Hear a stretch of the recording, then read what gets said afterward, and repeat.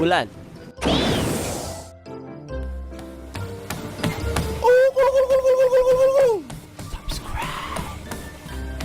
Alright, dahil wala naman akong gagawin ngayon, pasyal muna ako. Balita ko may bagong tourist spot daw ngayon eh.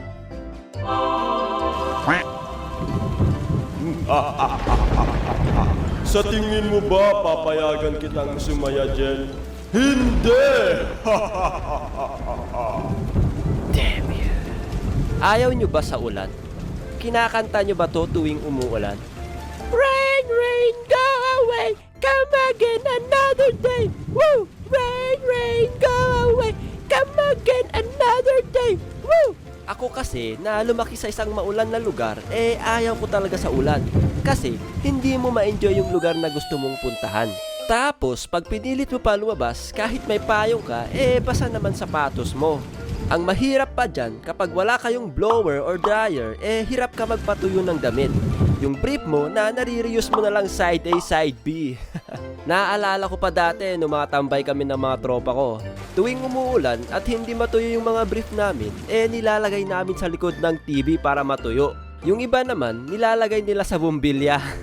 Potek yan, naalala ko pa dati na pundi yung isang bumbilya ng bahay kasi hindi niya kaya patuyuin yung brief na basang-basa. Tapos yung iba naman, mga loko-loko. Yung nilagay mong brief mo sa TV, tatanggalin nila tapos ipapalit nila yung sa kanila. Mga hindi makapag-antay ang potek. Bakit namin nilalagay sa TV? Kasi sa mga hindi nakakaalam, hindi pa uso yung mga flat screen na TV. Uso dati yung may mga pet na TV. Doon sa likod ng TV, umiinit yon habang tumatagal. Minsan nga pinagtutunugan pa yan ng pusa kung may pusa kayo sa bahay nyo. Napansin nyo ba sa mga panood kapag malungkot yung senaryo, gumagamit sila ng ulan effects para mas maging malungkot pa yung scene?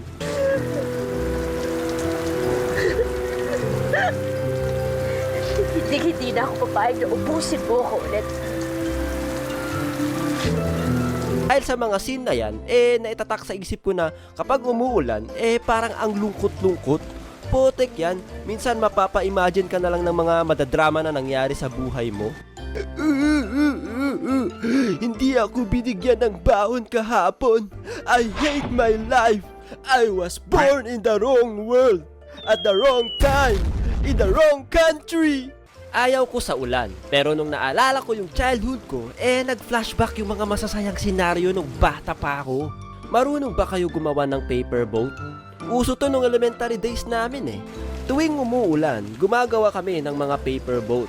Tapos, ang ginagawa namin ay pinapaalod namin sa kanal. Minsan nga may paligsahan pa dyan Diba? Paunahan ng bangka.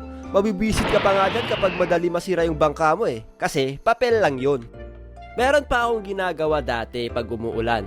Pag wala akong paper boat na nilalaro, ang pinaglalaruan ko ay walang iba, kundi ang aking tsinelas. Mahal to pre, branded to.